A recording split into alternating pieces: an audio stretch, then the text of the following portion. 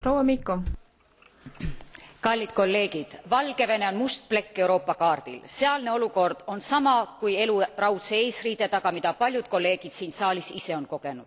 Mäletan vabadusjanu, mida tundis enamik eestlasi. Seda aitasid hoida Põhja-Eestis Soome raadio ja televisioon, aga ka Raadio Vaba Euroopa ja Ameerika Hääl. Sellist akent maailma vajavad kõik valgevenelased. 10. detsembril, inimõiguste päeval, käivitus Poolas telejaam Belsat, mille missioon on muuta Valgevene kodanikuühiskonnaks.